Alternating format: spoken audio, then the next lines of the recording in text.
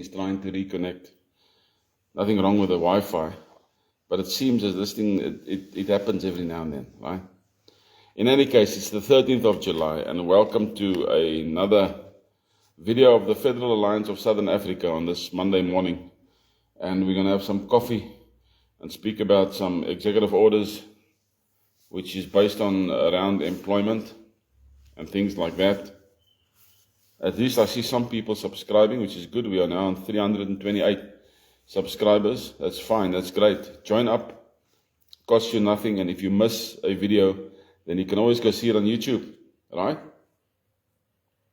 So like the videos as well. If you like the videos, then we get more algorithms going. It's amazing how they work these things out, because nobody ever really sees, all the videos. So unless you pay Bucky's blood, if you pay them $100, you get more clicks and more what. But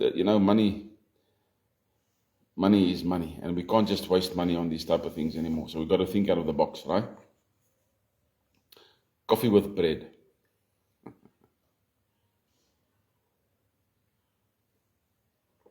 I like this mug because it keeps the coffee hot when I'm busy chatting. And we can always drink it for quite a longer bit of time. So we're looking at the executive orders. And on the Friday's video, I see I had 89 people watch on YouTube, which is okay. The military video 2 weeks ago got 2,079 views, which is awesome. That's really awesome. 2,079 views. So put it out there, tell your people to join on the YouTube channel. We know we are not following a political route, right? We are following a non-political route. That is our way of doing things. That's our destination. And so we put things in place, we prepare, and we put things in place that will eventually help our people going forward, right? So let's start. I don't see any people who have come up yet. I don't know if it's a YouTube thing again, where you don't see the people come up there, or you don't see any comments. But if you do come up, make a comment, and we'll take it from there. I just received a message now from the chap staying behind us. We had an unexpected visitor here last night. And he came to the braai area. It must have been a he. And he opened up the braai very slowly, wanting to see if there was something that he could get. He took out the grill, but he didn't expect that the grill would be so heavy, and it fell on the ground. And our dog made a noise, and then this guy beat it. There's nothing outside there that he can steal. If there's any of those pots or things that he can steal, please, he can try to take that away. He will not be able to. So we had an unexpected visitor, but we've got cameras next door. So I asked this one fellow to have a look at the cameras and to see if there isn't any activity that we can spot. And then we'll take it from there. But they'll make a big mistake coming inside this house. They'll make a big mistake. They'll be blown away, seriously. I won't use excessive force. I'll just put 3 slugs into them. Right? 3 at a time. In any case. So, let's see how the day goes. I'll listen to Jason's message just now when I'm finished with making the video for the Federal Alliance. So we're looking at Executive Order number 11. I skipped 2, but we'll get back to them just now. These are short executive orders, and we're looking at National Labour and Employment Reform Act. The National Labour and Employment Reform Act. We've got a lot of unemployment. We've got BBB, EEE, and all the rubbish that goes with that. That stupid thinking that has totally messed up our economy and brought junk status to this country, right? So we have to reform these things. We have to change it. And we've got a lot of work. So we have to put things in place that can bring the change that is necessary, right? So, the immediate reform of the national labour market and employment practices.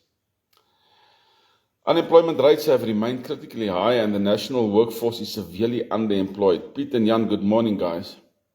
Often due to unqualified personnel filling positions due to the prevalence of cadre-based hiring practices rather than merit-based employment. They hire their buddies. They don't put in people into the workplace that can actually do the job, right?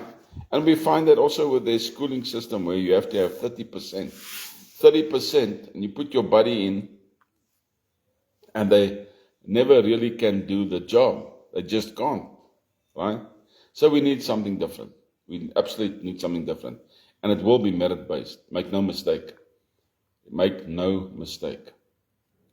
The nation's workforce must be reskilled and empowered through targeted policies that create opportunities for all citizens, promote job creation, and ensure that workers are compensated fairly for their labor. The labor market reform is necessary to address systemic inequality, ensuring that workers have access to fair wages, benefits, and a safe working environment, and that businesses are incentivized to employ the best talent based on merit. Right? So we order the following when the time comes. National Employment Reform and Workforce Development. That's the big acronym. Right? The NEWD, the new D. Right? New development. The new D will oversee the restructuring of the national labor market, focusing on skills training, creating fair employment opportunities, and ensuring that businesses adhere to merit-based recruitment policies. Skills and vocational training programs. National initiatives will be launched to provide citizens with the skills needed to meet the demands of the modern workforce. These programs will focus on key sectors such as technology, manufacturing, construction, agriculture, and healthcare. Good morning, Lofty. Labor market reforms. The government will introduce labor market reforms to promote equitable job opportunities for all citizens, regardless of race, ethnicity, or political affiliation. This will include incentives for businesses to hire from marginalized communities and transparent job placement processes. Right. Expansion of employment programs and social safety nets. A temporary unemployment relief program will be established to support those without work during the period of economic transition. But they won't have work, not have work for quite a, for a very short time they won't have work. Because we got a lot of work, right? Long-term programs will also be created to ensure that all citizens have access to affordable healthcare, education, and job support. That's all part of labor. And we've worked through some of those things already. So that's in short a quick Labor Reform Act. Mani, good morning. The new D, National Employment and Workforce Development Authority. So that has to be done, guys. This is one of the things that we need to do to make sure that we all get work and that we can get rid of this rubbish of BBBEEE. So, now we're going to look at the Economic Recovery and Growth Plan, or the ERGP. We have to use acronyms, otherwise we'll never get anywhere. And we'll have to, I'll have to most probably draw up a list as well of all these acronyms. And these are still things that need to be discussed, but we'll get there. I've got a plan. While we are waiting, I've got a plan. Anton, good morning. How are you? How are you doing? I don't know what that means, anniversary follower. This is another Facebook thing. What is an anniversary follower? Is it a year or 2 years, Anton, that you are following me? Or more? In any case, immediate implementation of the Economic Recovery and Growth Plan to revitalize the national economy. The national economy of South Africa has experienced stagnant growth over 2 decades, resulting in, well, it's 3 decades now, resulting in widespread unemployment, a failed GDP, and unsustainable fiscal policies that have left the nation in economic ruin. Right? We've been smashed, brought down to the gutter. Just as bad as it was in Palestine. The only difference between us and Palestine is that the Palestinians were crazy. They were continually fighting change instead of embracing change, right? Yep, I believe so, Anton. They were fighting change instead of embracing change. When that suggestion came through many years ago of a two-tier state policy, they should have accepted that. They would have been a booming nation by now. They would have had everything that they wanted. They would have had better ports. They would have had better hotels. They would have had better resorts. All those things would have improved. And there would have been no mindset of terrorist activity. But because of the Islamic indoctrination, they have been ruined in their minds. You know, during the day, sometimes I take a break and then I watch programs like God Logic and things like that. And I listen to these Muslims and I'm thinking, guys, you've got no idea.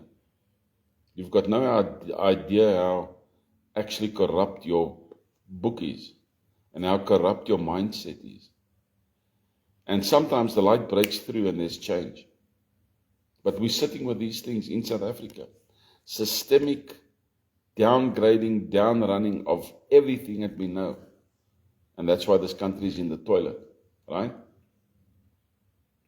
So, we need immediate and strategic reforms to stabilize the economy, restore investor confidence, and create sustainable economic growth to support job creation, infrastructure development, and social services. We spoke about the infrastructure already. The economy needs to be diversified with an emphasis on merit-based employment, private sector revitalization, and reducing the reliance on a single industry or state-owned enterprise. So what are we going to do? We are going to do the National Economic Recovery Plan, or NERP, N-E-R-P, right?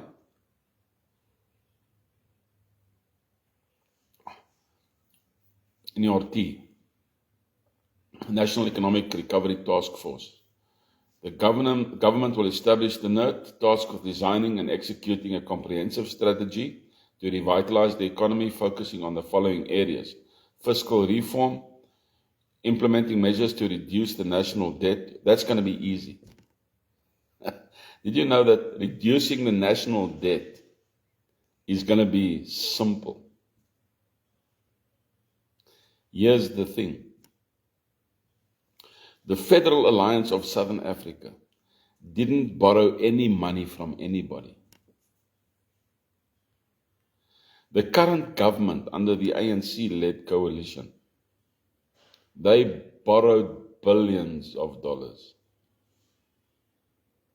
which simply means that the onus is on them because there's going to be no change of internal government. You understand what I'm saying? How can I explain this? We're going to exchange, let's say this is the government, right? This government has got the debt. This government. Now, there's going to be no internal change so that the government stays the same, but just different people. Maybe a different political party or parties. They still keep the debt. They still keep the debt. What's going to happen is a change from this, right, to this. No debt. From this to this. No debt. From one political mythology to a non-political mythology. No debt. So who's going to have to pay?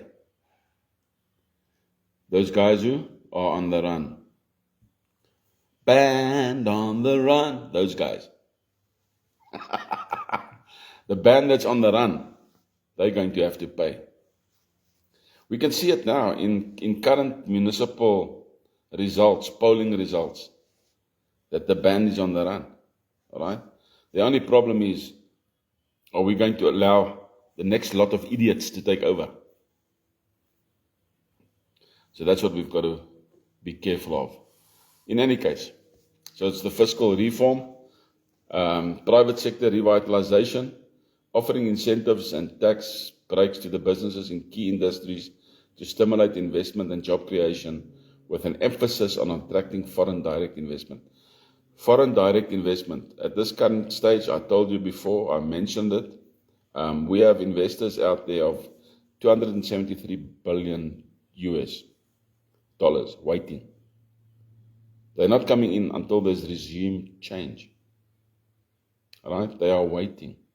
With $273 billion, we can do quite a bit. We can bring some change.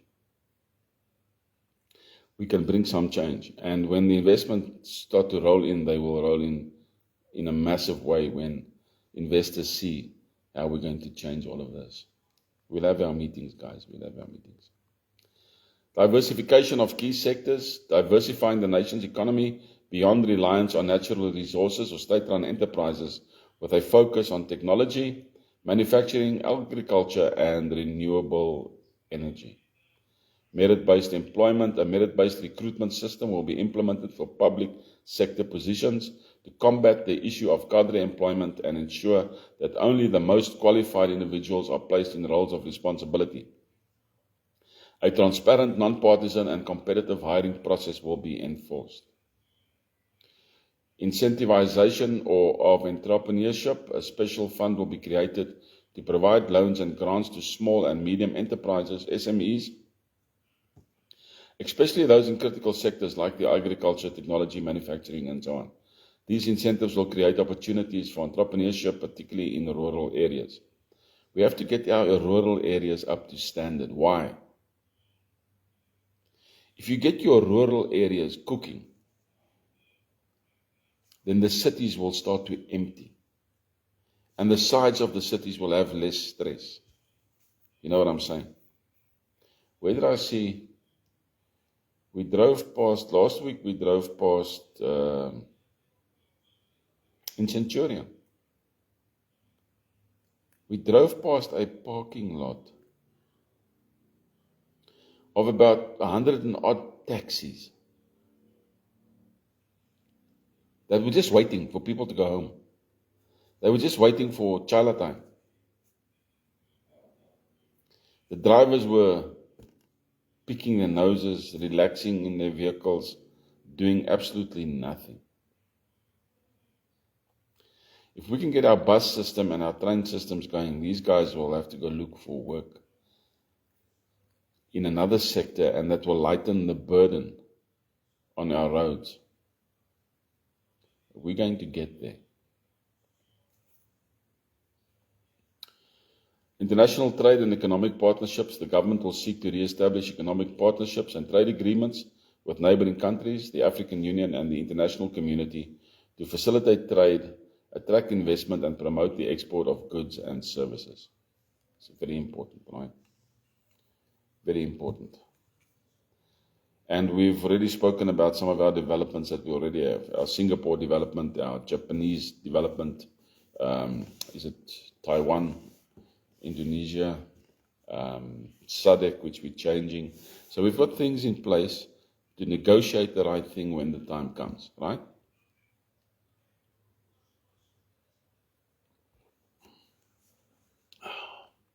Excellent. So that's that one. Some of these executive orders are more comprehensive than others, but that's what we need. Okay, I've touched on this before. We'll have another look at it. I haven't read this particular one. It's also just 2 pages. But this is the Comprehensive Infrastructure Rehabilitation and Revitalization Plan. Right. The immediate action, the national infrastructure and municipal systems. Now we have these, this voting happening now soon, and I'll be more concentrating on the Springbok All Blacks rivalry than on the municipal votes. Nevertheless, we need to get these things sorted, right? So these systems of South Africa have deteriorated over the past 3 decades. You know what? Deteriorated is a soft word. It's a soft word. It deteriorated. No, it actually turned into shite, right? Over the past 3 decades, resulting in crumbling roads, deteriorating public transportation, collapsing municipal buildings, and a total lack of essential public services in towns and cities across the nation. Stefan Skutte, welcome here. Is dit jou eerste keer, Stefan? But welcome. So everything has turned to rubbish, and we need to sort this out, right? So our immediate action would be to address the decaying infrastructure, with priority given to rebuilding roads, public utilities, and transportation systems to stimulate economic activity, improve public health, and support job creation. Guys, I've said to you 100 times already, if not more. We've got work immediately for 500,000 people. From day one. They'll be queuing up for jobs. From day one. Because we have the way for all to bring change. Right? Not talk, change. So we need immediate action. We can do this. A coordinated long-term infrastructure plan must be developed to modernize the nation's cities and rural towns, improving the standard of living for all citizens, particularly those who have been neglected in the past. Now, the way to go about this is not to have one. You have your main center, but then in every town you have a study group, and they only get a week, 1 week, right? Then they've got to come tell the main group what's wrong in the town. They have to come and speak to the main group. 1 week. Then we want to know what's wrong. Then we take all of those plans, put it together into a combined plan, and we can do it with AI. And we set up an immediate rollout plan. Employ the people. And by the end of the first month, everybody's smiling. Because things are happening. But if you sit and do this the whole time, nothing will happen. Ek moet nie daai kant toe gaan nie. In any case, infrastructure. The creation of the National Infrastructure and Municipal Rehabilitation Fund, there's always a fund needed because we need the money to do these things. Right, so it's called the NIMRF. Yeah, it looks a bit weird, but NIMRF, RF, right? Will be created to finance the rebuilding of critical infrastructure, including roads, bridges, schools, hospitals, water supply systems, and public transport networks. I wonder when last did anybody ever check our bridges? We've got all these bridges. Across motorways, longer bridges, turning bridges, you name it. There in Joburg, we've got these bridges running over the train lines, under that one section there, that road running under that one section. Who's checked those things? Check the quality of the structure, check the concrete, check. When last was proper quality control done? I tell you what, it's a little bit of a nervous thing driving those roads. You can't do it anymore with confidence, you know. You can't drive in South Africa with confidence. You can't.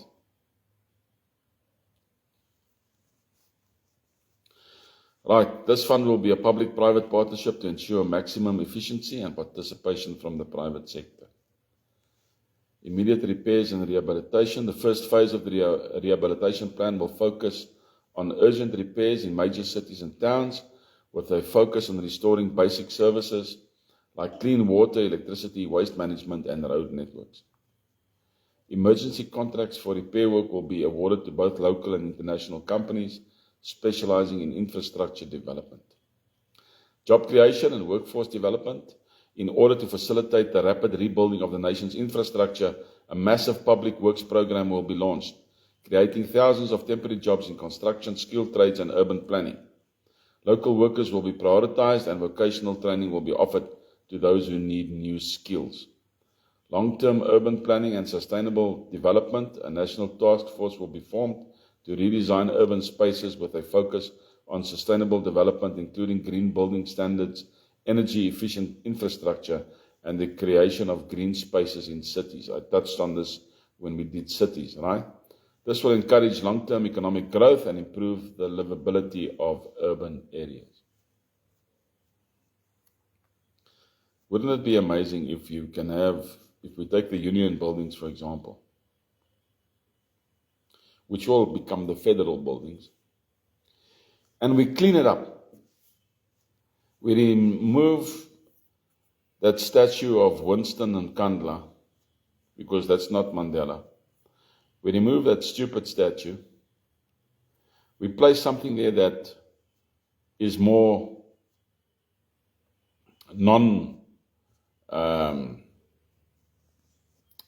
non-personal focus. How can I put this? You need to put something there that's, maybe I'll get my old friend Werner Lemmer to make something for us. Something that says unity in strength. Right? Unity is strength. Something that says unity is strength, but has our God factor over it. That's important. Right? If you do a cursory study of what's happening out there in the universe, right? Or if you do a cursory study of what's been found here on earth, you will come to the conclusion that we serve a being that's immensely powerful, a creator that surpasses all understanding. So it's better to have unity with God, right? With God there's unity, no other way. So we incorporate something in front of the federal buildings which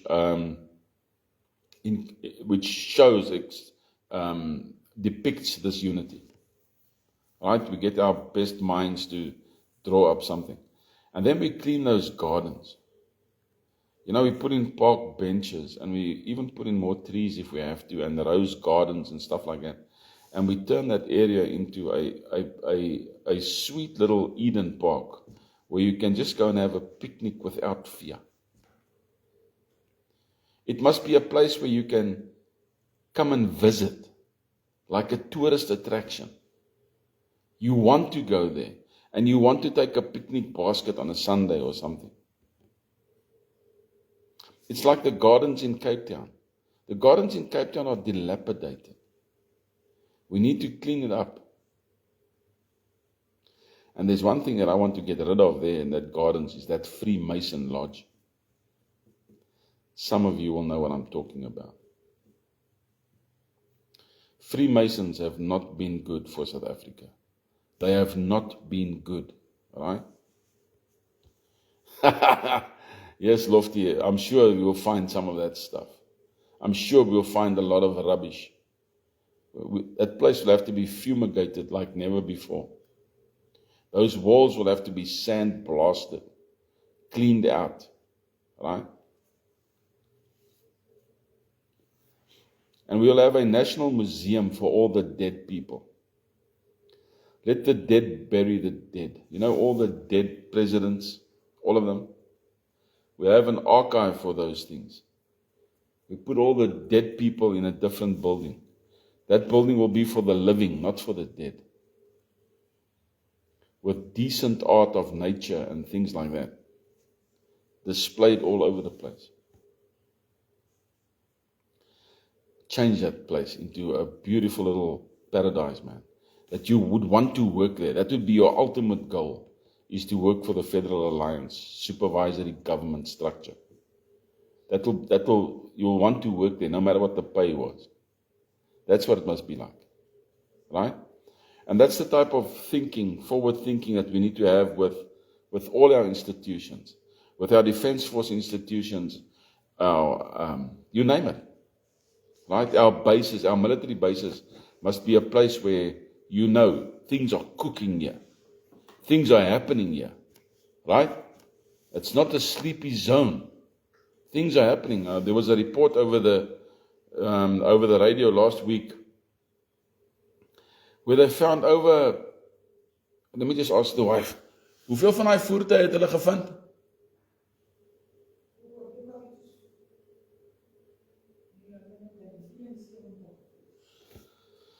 In any case, it was apparently something like 74 vehicles plus. Maybe some of you heard the news. Military vehicles that they found again. They found, right? Rusting. Decaying. Military vehicles. Not vehicles that cannot be used again. And the public sector said, hey, can't we buy it up? Can't we just buy it? And because some of those vehicles were great, man. If I look at the Samals that we had, those Samals were awesome vehicles. The Samal 20, I like that Samal 20. It was a little bit risky driving that little guy, but the Samal 20 was a fun vehicle. And in Lohatla, we chased rabbits with that thing. I can say it out now. Nobody can do anything about it now. But back in the day, with the Samal 20, we chased rabbits at night when everybody else was sleeping. We'd go on this instructor's thing, Then we would chase rabbits. We hardly ever caught them, but it was fun with the Samal 20. I remember the power of the Samal 50 when I was driving that thing. That was a strong vehicle, man. Could haul a heavy load, and you just love to feel the air brake underneath you. When you pulled over or when you slowed down at the intersection or whatever the case may be. I loved driving that vehicle. Then the Samal 100, that was the nervy one. That we had to, what was the thing called?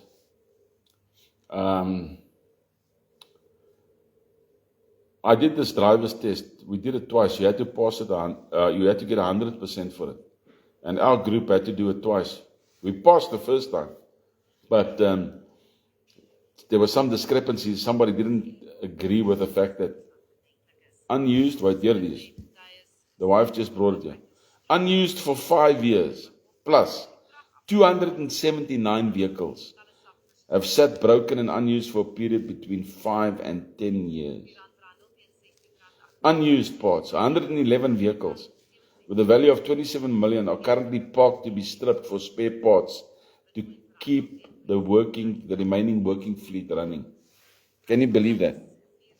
The wife just gave it to me. Iso, liefie, thanks. So, with the Samal 100, we had to reverse between these casings, these round bomb casings that they had. You had these round metal casings where you slid a bomb in, right? A 105 or whatever it was called. And they used to put these metal casings like cones, like these orange cones. They packed these metal casings out. And you had to reverse with a Samal 100 between those. Man, that was a story. But we did it. Defensive driving, it is called. I remember now. It's called defensive driving. I did it twice. I passed twice with 100%. If you didn't get 100%, you failed. Right? So that was nerve-wracking, but we did it. The administrative section and the driving section, we passed. The only thing that I struggled with in my life, and I don't know why I did, but I struggled driving a Noddy, an Eland Armored car. That Eland Armored car was a pain to drive. For me, with that shaking steering wheel, and in rough terrain, that steering wheel was a freaking problem. And independent wheel suspensions and all that I needed critical thinking with that guy. But the tank, T52, Centurion, Mark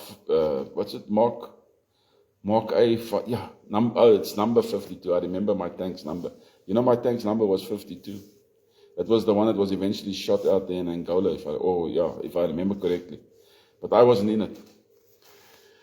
But tank number 52 was my number. I'll never forget that.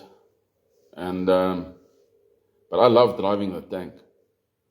But we need to, reminiscing about the old days is not going to bring the old days back. What's going to bring the old days back is decisive action and forced change. Right? Decisive action and forced change. Write it down somewhere. Maybe one day somebody will make memoirs of what we said. Decisive action and forced change. And that's what we're going to do. And we are going to do it. People think we're living in a fairy tale land. No, we're not. We've put things in place. Excuse me, even the international laws that are in place, it's in place. We just need the capital. And once we have the capital, and we've been speaking to a lot of people, once we have the capital, we're going to push the freaking reset button, and we're going to reset. And we're going to use everything that we've prepared. In a week, things are just going to cook. Watch this space.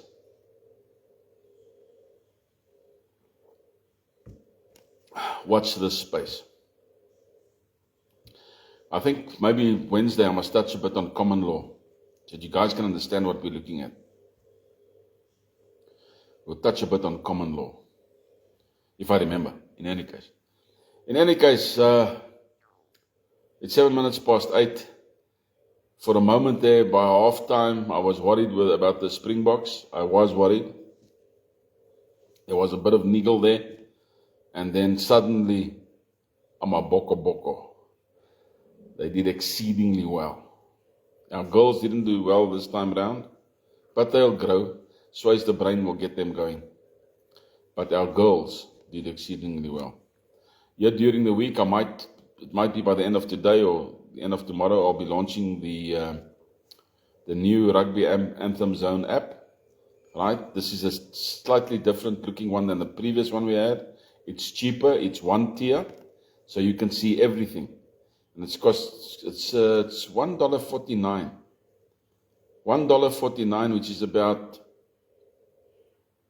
$22 that it's going to cost you a month. Right? Then you get all the rugby stats.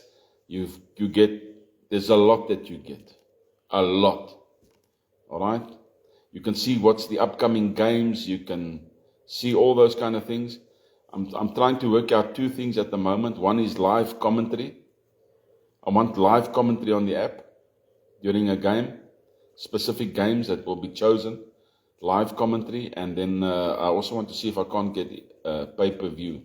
The pay-per-view thing is a pain because these guys just don't return your emails. They don't return your calls. It's really pathetic, some of these companies. But we'll have a look at that and see what we can do. Right. Freelanders, Boere, Boer Afrikaners, Englishmen, Scotsmen, Irish, Zulu, Pedi, Venda. Different nations in one nation. One sovereign nation of nations. Under God. No other way. Only with God there's unity and strength, all right? Unity and strength with God only. So you guys must have a fabulous Monday. May we all have a blessed week, all right? Don't forget us here at the FA. We need to do what we need to do. Blessings all around, man. Geniet hom.